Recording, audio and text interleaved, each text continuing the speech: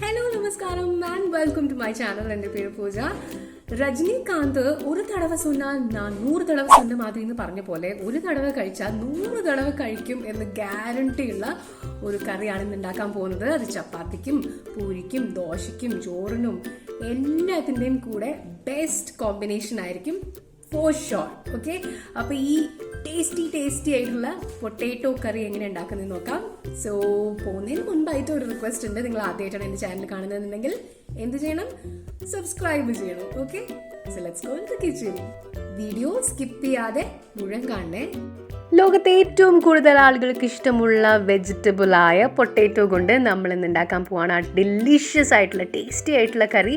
അപ്പം വേവിച്ച പൊട്ടേറ്റോ ഇതുപോലെ കട്ട് ചെയ്തിട്ടുണ്ട്. ഞാനൊരു 5 പൊട്ടേറ്റോ എടുത്തിട്ടുണ്ടായിരുന്നു. അത് ഇതുപോലെ സ്ക്വയർ ആയിട്ട് കട്ട് ചെയ്യുകയാണെങ്കിൽ നല്ല കാണാൻ രസമുണ്ടാവും. ഓക്കെ, അപ്പോൾ അധികം വലിപ്പമില്ല, അധികം തീരെ ചെറുതുമല്ല, ഒരു മീഡിയം സൈസിൽ.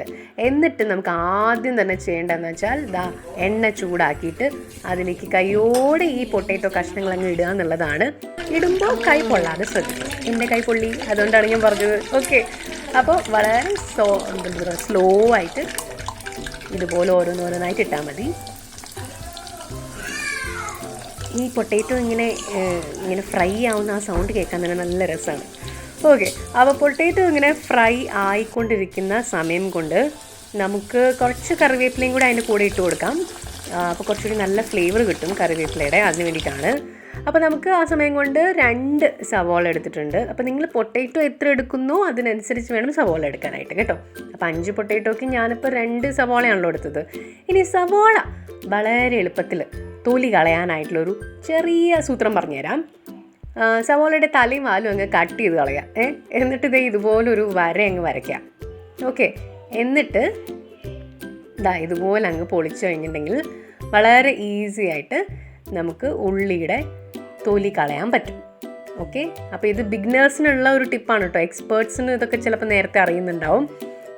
ഉള്ളി നമ്മൾ തൊലി പൊളിച്ച് കഴിഞ്ഞാൽ എപ്പോഴും കഴുകിയിട്ടേ ഉപയോഗിക്കാൻ പാടുള്ളൂ. അല്ലാന്നുണ്ടെങ്കിൽ എന്താണെന്ന് വെച്ചാൽ അത് ആ കയ്യിൽ കണ്ടില്ലേ ചെറിയൊരു കറുത്ത പൊടിയായിട്ടുള്ളത്, അത് കഴിക്കാനേ പാടില്ല കേട്ടോ. അപ്പോൾ കഴുകി വൃത്തിയാക്കിയതിന് ശേഷം ഉള്ളി കട്ട് ചെയ്യുക. നമ്മുടെ ആദ്യത്തെ ബാച്ച് ഉരുളക്കിഴങ്ങ് നല്ല രസമായിട്ട് വറന്ന് വന്നിട്ടുണ്ട്.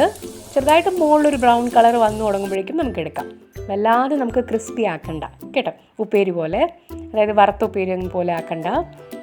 ഇനി അടുത്ത ബാച്ച് നമുക്കിതിലേക്ക് ഇടാം. ഉള്ളി ചെറുതായിട്ട് അരിഞ്ഞ് വെച്ചിട്ടുണ്ട്. ഇത്രയും ചെറുതായിട്ട് അരിഞ്ഞാൽ മതി. ഇതിൽ കൂടുതൽ ചെറുതാക്കാൻ പറ്റുമെങ്കിൽ ആയിക്കോളൂ, പക്ഷേ ഏകദേശം ഈ ഒരു വലുപ്പത്തിൽ മതി. അതിനുശേഷം നമുക്ക് നമ്മുടെ പ്രധാന ഇൻഗ്രീഡിയൻറ്റ്, അതായത് ഈ ഒരു കറിയുടെ സ്പെഷ്യാലിറ്റി എന്ന് പറയുന്നത് വെളുത്തുള്ളിയുടെ ടേസ്റ്റാണ്. അപ്പോൾ വെളുത്തുള്ളി ഒരു പിടി, നിങ്ങളുടെ കയ്യിൽ എത്രത്തോളം അല്ലികൾ കൊള്ളും അത്രയും എടുക്കുക. നന്നായിട്ട് വെളുത്തുള്ളി ഉപയോഗിക്കണം കേട്ടോ ഈ കറിക്ക്. കുറഞ്ഞു പോയാൽ ടേസ്റ്റ് ഉണ്ടാവില്ല. ഓക്കെ, അപ്പോൾ കുറച്ച് വലുപ്പത്തിലുള്ള വെളുത്തുള്ളി എടുക്കുകയാണെന്നുണ്ടെങ്കിൽ നമുക്ക് നന്നാക്കാൻ കുറച്ച് എളുപ്പമായിരിക്കും. ഇനി വെളുത്തുള്ളി നന്നാക്കാനായിട്ടൊരു ട്രിക്ക് ഞാൻ പറഞ്ഞുതരാം. ഇതുപോലെ കുറച്ച് വീതിയുള്ള കത്തിയോ അല്ലെങ്കിൽ സ്പൂണോ എന്നിട്ട് ഇങ്ങനെ ചതച്ചിട്ട് നമ്മുടെ വെളുത്തുള്ളിയുടെ ഈ ഒരു തൊലി കളയുകയാണെന്നുണ്ടെങ്കിൽ എളുപ്പത്തിൽ നമുക്ക് അത് ചെയ്യാൻ പറ്റും. അപ്പോൾ ഇതുപോലെ നമ്മൾ കുറച്ചെടുത്ത് നന്നാക്കി വെച്ച് ഒരു ബോക്സിലാക്കി വെക്കുകയാണെന്നുണ്ടെങ്കിൽ നമുക്ക് പിന്നീട് ആവശ്യം വന്നാൽ യൂസ് ചെയ്യുകയും ചെയ്യാം. ഓക്കെ, അപ്പോൾ എപ്പോഴെങ്കിലും സൺഡേയോ അല്ലെങ്കിൽ എപ്പോഴെങ്കിലുമൊക്കെ സമയം കിട്ടുന്ന സമയത്ത്, എന്തെങ്കിലും TV കാണുന്ന സമയത്തോ അല്ലെങ്കിൽ സിനിമ കാണുന്ന സമയത്ത് ഇതുപോലെ ചെയ്ത് വെക്കുകയാണെന്നുണ്ടെങ്കിൽ എളുപ്പമുണ്ട്. ഓക്കെ, അപ്പോൾ ഇതുപോലെ ചതച്ചിട്ട് തൊലി കളയുകയാണെങ്കിൽ എളുപ്പമാണ്. അപ്പോൾ ഈ ട്രിക്ക് ഒന്ന് ട്രൈ ചെയ്ത് നോക്കണം കേട്ടോ. ഞാൻ അങ്ങനെ ഇത് ചെയ്തിട്ട് എല്ലാ വെളുത്തുള്ളി അല്ലികളും അങ്ങനെ റെഡിയാക്കി വെക്കുന്നതാണ്.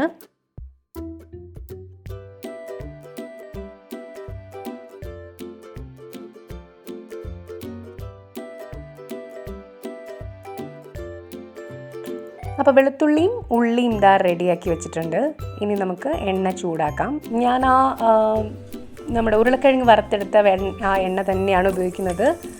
അതിൽ നിന്ന് 1/4 ഭാഗവും മാറ്റി വെച്ചിട്ട് നമുക്കൊരു 2-3 സ്പൂൺ മാത്രം മതി എണ്ണ. അതിലേക്ക് ഈ ചതച്ച് വെച്ചിരിക്കുന്ന വെളുത്തുള്ളി ഇട്ടിട്ട് അതൊന്ന് വറന്ന് വന്ന് കഴിയുമ്പോൾ നമുക്കിതിലേക്ക് നമ്മുടെ രണ്ടാമത്തെ മെയിൻ ഇൻഗ്രീഡിയൻറ്റ് അത് ആഡ് ചെയ്യാം.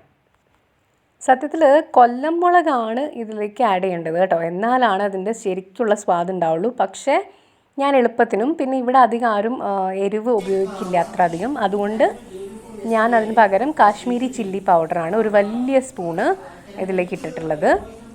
അപ്പോൾ നിങ്ങൾ എരിവ് കൂട്ടുന്ന ടൈപ്പ് ആണെങ്കിൽ നിങ്ങൾ തീർച്ചയായിട്ടും കൊല്ലമുളക് തന്നെ ഇതിലേക്ക് ആഡ് ചെയ്യുക. പിന്നെ ഇതിലേക്ക് ഞാനൊരു 2 സ്പൂണ് തൈര് ഒഴിക്കുന്നുണ്ട്. തൈര്, പിന്നെ ആവശ്യത്തിന് ഉപ്പ്, ഇതെല്ലാം ചേർത്തിട്ട് നമുക്ക് നന്നായിട്ട് ഇതൊന്ന് അരച്ചെടുക്കാം. ഇതാണ് നമ്മുടെ പൊട്ടാറ്റോ കറിയുടെ മസാല എന്ന് പറയുന്നത്. ഇതിലേക്ക് നമ്മൾ വേറെ മസാലകളൊന്നും ആഡ് ചെയ്യുന്നില്ല, ഗരം മസാലയോ അങ്ങനെ ഒന്നുമില്ല. ഓക്കെ, അപ്പോൾ ഉള്ളിയും ഒക്കെ നമ്മൾ വഴറ്റി വെച്ചിട്ടുണ്ട്. അതിലേക്ക് ഉരുളക്കിഴങ്ങ് വറുത്ത് വെച്ചിരിക്കുന്നത് ആഡ് ചെയ്യുക. അത് നന്നായിട്ടൊന്ന് വഴന്ന് വന്ന് കഴിയുമ്പോൾ അതിലേക്ക് നമ്മുടെ ഈ മസാല അങ്ങ് ഒഴിച്ച് കൊടുക്കാം. ശ്രദ്ധിക്കണം, കുറച്ചൊരു പൊട്ടലും ചീറ്റിലൊക്കെ ഉണ്ടാകാൻ ചാൻസ് ഉണ്ട്, അപ്പോൾ ഒന്ന് മാറി നിൽക്കണം കേട്ടോ.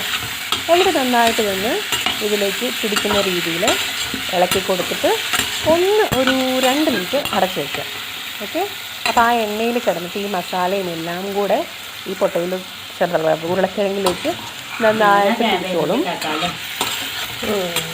അത് കഴിയുമ്പോഴേക്കും നമ്മുടെ കറി റെഡിയാവും. ഇനി ഇതിന് കുറച്ച് കളർ കുറവാണെന്ന് തോന്നുവാണെങ്കിൽ കുറച്ചും കൂടെ കാശ്മീരി ചില്ലി പൗഡർ നിങ്ങൾക്ക് ഇടാം കേട്ടോ. ഞാനിപ്പോൾ എരിവും മുളകൊക്കെ വളരെ കുറച്ച് ഇട്ടിട്ടുള്ളൂ, മിനിമലായിട്ടുള്ള ഇട്ടിട്ടുള്ളൂ.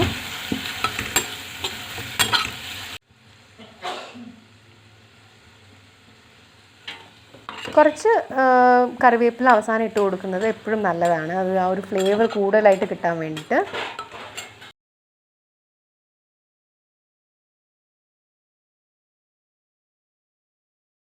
ഓക്കെ, അപ്പം നമ്മുടെ കറി റെഡിയാണ്. ഇനി അവസാനത്തെ ഒരു സ്റ്റെപ്പ് എന്ന് പറയുന്നത് കുറച്ച് നാരങ്ങ പിഴിഞ്ഞൊഴിക്കുക എന്നുള്ളതാണ്, എന്നാലേ അതങ്ങ് കംപ്ലീറ്റ് ആവുള്ളൂ. ഓക്കെ, ഇതാ നല്ല കിടിലമായിട്ടുള്ള ടേസ്റ്റുള്ള പൊട്ടാറ്റോ കറി റെഡിയാണ്. ഇപ്പം ചപ്പാത്തിയുടെ കൂടെയോ ദോശയുടെ കൂടെയോ ചോറിൻ്റെ കൂടെയോ പൊറോട്ടയുടെ കൂടെയോ അപ്പത്തിൻ്റെ കൂടെയോ ഒക്കെ ടേസ്റ്റ് ചെയ്ത് നോക്കുക, എന്നിട്ട് എങ്ങനെയുണ്ടെന്ന് പറയാം. ഇഷ്ടപ്പെട്ടാൽ ലൈക്ക് ചെയ്യുക, കമൻറ്റ് ചെയ്യുക, സബ്സ്ക്രൈബ് ചെയ്യുക. ഓക്കെ.